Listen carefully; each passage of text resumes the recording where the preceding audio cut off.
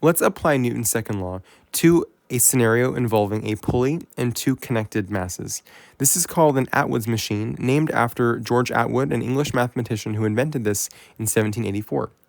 Let's assume that the mass of block 2 is greater than the mass of block 1. What that means is the system will accelerate in this direction, right? This one will accelerate upwards, and this block will accelerate downwards. And so you've noticed as I've defined the direction that is positive for block 1 to be up, and the direction that is positive for block 2 to be down. I'm going to be using an individual analysis approach for this problem, and on the next slide, I'll solve this using a systems approach. But in either case, it's important to define the direction of acceleration now to be positive. Let's go ahead and derive an equation for the acceleration of the system, A, in terms of g, our gravitational constant, m1 and m2, the masses of both blocks. I'll go ahead and draw the forces acting on blocks 1 and block 2 directly on the diagram on the left. I see here that block 1 is being pulled up with a tensional force. I can call that tension on block 1, and being pulled down by the Earth, and I can call that the force of gravity on block 1, which we know is equal to m1 times g. For block 2, I know that block 2 is being pulled upwards by the tension in this rope. I can call that T2, and downwards by the Earth, which in this case will be Fg2, which is just m2 times g. Now, we talked earlier about pulleys. Pulleys allow us to change the direction of tension, but the tension everywhere along a rope is the same. So I know I don't need to keep track of T1 and T2, right? This rope will provide the same tension to both objects attached at either end of it. So T1 is equal to T2. For simplicity, I'll just call this T tension. All right. Now, if I were to write out the sum of forces or apply Newton's second law to block 1 in the vertical direction, it would look like this, right? The sum of forces in the y direction on block 1 would be equal to, in this case, remember block 1 is accelerating upwards because we're assuming block 2 is heavier. So then the upward direction is positive, meaning the tensional force pointing up subtracted by the gravitational force on the block, which I'll just go ahead and write out directly as m1g. And this will be equal to the mass of block 1 times the acceleration of block 1, which will be the same acceleration as block 2, so I'll just call this A. Then for block 2, the sum of the forces in the y direction would look similar, but in this case, block 2 is accelerating downwards, so I'm calling down positive. That means that it'll be the weight force, or the force of the Earth on block 2, minus the tension in the rope, which is pulling upwards. And that will be equal to the mass of block 2 times that same acceleration, A. I see now that I have two unknowns and two equations. I don't know the tension in the rope, and I don't know the acceleration. And I'm asked to derive an equation for the acceleration. So I'm going to rearrange the equation from block 1 for tension, and then plug that into a block 2 equation where I see tension. So this equation, when rearranged for tension, would be equal to tension is the net force, m1a, plus the weight force on block A. If I plug this in to the equation earlier from block 2, that would give me m2g minus, then this is minus this whole thing, right? m1a plus m1g is equal to m2a. So I'll go ahead and, because I want a by itself, I'm going to distribute the negative and break this apart. That'll be m2g minus m1a, right? Distribute the negative to both terms, minus m1g is equal to m2a. Because I want a by itself, I'll isolate a by adding this m1a term to both sides, and that will leave me with m2g minus m1g is equal to m1a plus m2a. All right. Now, because I want a, I can go ahead and factor out an a on the right side. And then I can also factor out a g on the left side, just for simplicity, because I see that g is in both terms. So I'll say that g times m2 minus m1 is equal to a m1 plus m2. And isolating a, I will divide by this coefficient of m1 plus m2, which I'll go ahead and cancel here. And that will give me, and I'm going to move the right to the left and just flip my equation here. A is equal to g times the difference of mass 2 and mass 1 over the sum of mass 2 and mass 1. All right. Now, I always want to solve problems involving connected objects by deriving an expression or an equation first before plugging in any values. So please make sure that you do this, because you can see here, it gets a bit easier when you factor things out. You don't have to do so much work in your calculator. So if I were to solve, this is the answer to part A. If I were to solve then for the tension in rope, the T, if the mass is 4 kilograms in block 1 and the mass of block 2 is 8 kilograms, then I would need to solve for A first, right? So I know that, going back to my previous equation, T is equal to M1A plus M1G. So I'm going to go ahead and quantify A so I can plug it in here for T. That means that A will be 9.8 times M2 in this case was 8 kilograms minus 4 for block 1, and that would be 8 plus 4 here. So the acceleration of the system is 3.3 meters per second squared. And in this case, it's positive on both blocks. That's really important. I want to make sure that my acceleration has the same sign for both blocks. That's why we defined up to be positive for the left block and down to be positive for the right block. So I can go ahead and plug this in to solve for my tensional force. That would be the mass of block 1, which was 4 kilograms, times this 3.3 is my acceleration, plus, again, the mass of block 1, 4 times 9.8.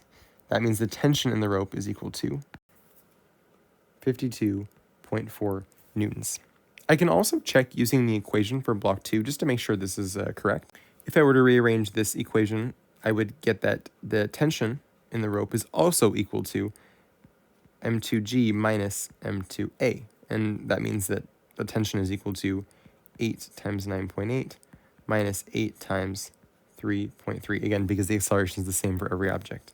That would give me a tensional value of 52.4 newtons, which again should be the same thing. And in this case, I didn't use 3.3. I actually used the full value from my calculator in order to get 52.4. So this is an example of the individual analysis approach to solving problems. Again, I'm going to show you now how we would solve this same problem using the systems approach. So let's solve the same problem using a systems approach instead of an individual analysis approach. To do this, I will, instead of considering blocks 1 and blocks 2 separately, consider block 1, the rope that attaches them, and block 2 to be one big object. And I'll show you on the diagram how I would think about that. All right, so I've gone ahead and drawn in my system boundary with a dashed line, indicating that M1, the block M1, the rope, and M2 are one big object in this case. Now, this shape looks a bit weird, so in a moment I'm going to redraw this as a more regular shape. But for the moment, let's just consider what external forces now are acting on this system. I'm not going to consider the force of tension in the rope because that is an internal system. It happens inside the system boundaries. So what are external forces to the system? Well, I know that the Earth pulls on block 1 with a force of M1G, right? That is the force of gravity on block 1. I also know that externally, right, the Earth is not part of our system. There is a force of gravity on block 2, and that is equal to M2 times G. Now, it's also worth mentioning that because the pulley itself is not part of our system, the pulley will exert some sort of upward force to keep this whole rope and block apparatus from falling to the floor, right? But for the sake of this, we're not going to consider this. It also doesn't affect the system's acceleration in the direction that we're interested in. And in a moment, we'll define that direction. So for right now, just realize that it exists, but we're not going to consider it. Now, I'll go ahead and draw a force diagram for my system. But because of the irregularity of this shape, I'm going to draw M1, the rope, and M2 as if they were all very close to each other. So it would look something like this. Okay, so I've gone ahead and shown M1, the pulley, the circle in the middle, and M2, kind of just diagrammatically as if they were all in one line together. This is going to help me in a moment. When I apply Newton's second law, the direction or the sign of the forces will become very apparent. So let's assume that the mass of block 2 is bigger than the mass of block 1. Then which direction would the system accelerate in? Right? Well, it would be just like before. This block would accelerate upwards, like this. And then this block would accelerate downwards, right, on the right side. So I'm going to show this kind of weird curvy arrow showing that this is the direction of acceleration. So if I think about it, it kind of takes this snake-like form where it up on the left side is positive, and then as I make my way around the pulley, down becomes positive. And so my directional arrow isn't a straight line, but in this kind of curvature. So what that means is, on my force diagram, right, anything pulling the system in this direction is going to be positive. So like this is the positive direction, right? That's going to pull block 2 down, really, or in this case, on my force diagram, to the right. Then this direction would be the negative direction on my force diagram. So it makes it a bit easier to look at it in a way that's flat. The only two forces acting on the system, again, are M2G pointing that way, and then M1G. Okay. And in this case, now it's very obvious that the sign of M2G is going to be positive, and the sign of M1G is going to be negative. Or in other words, the weight force of block 1 is working against the acceleration of the system, whereas the weight force of block 2 is working with the acceleration of the system. If I were to apply Newton's second law in the, we're not really going to say x direction here, we're just going to say the sum of forces in the direction that we're interested in for our system. We're kind of just defining our own direction here. That would be M2G minus M1G in this case. And that will be equal to the mass of the system, or the total mass, times the acceleration of the system, which in this case we'll just call A. So solving for A, that would mean that A is equal to, if I divide both sides of this equation by the total mass, I'll go ahead and show that here, that A is equal to M2G minus M1G over the mass of the total system. I'm also going to factor a G out on the numerator because it will simplify my calculation.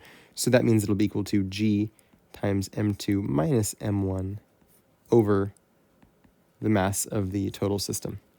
So that means if I were to quantify this using the acceleration value, or the mass values in part B, that would be 9.8 times M2 in this case was 8 again, and M1 was 4, over the mass total, which would be 8 plus 4, or M1 plus M2.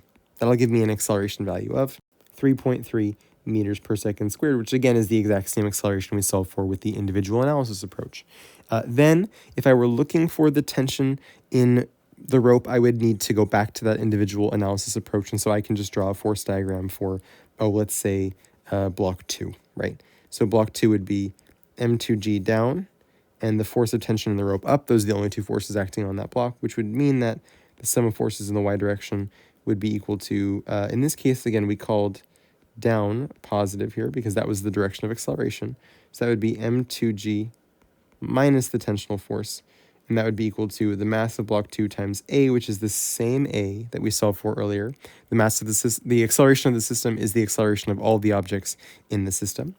And then if I want to solve for T, I can just add T to both sides and subtract the M2A term from both sides, and that would give me M2G minus M2A is equal to the tensional force. I can plug in my values and I'll get a tensional force of 52.3 newtons. And I also like to mention that you can use block M1 to do this as well, and you should try this right now on your own. You will get the same tensional force even if you use block 1 to solve for the tension. Just to prove that, I've gone ahead and drawn the force diagram for block 1, written out the sum of forces in the y direction, and then you would get the same 52.3 newtons if you were to plug in the values here. So again, it doesn't matter which object you use. After you have the acceleration of the system, you just have to use the individual force diagrams to solve for your tensional force.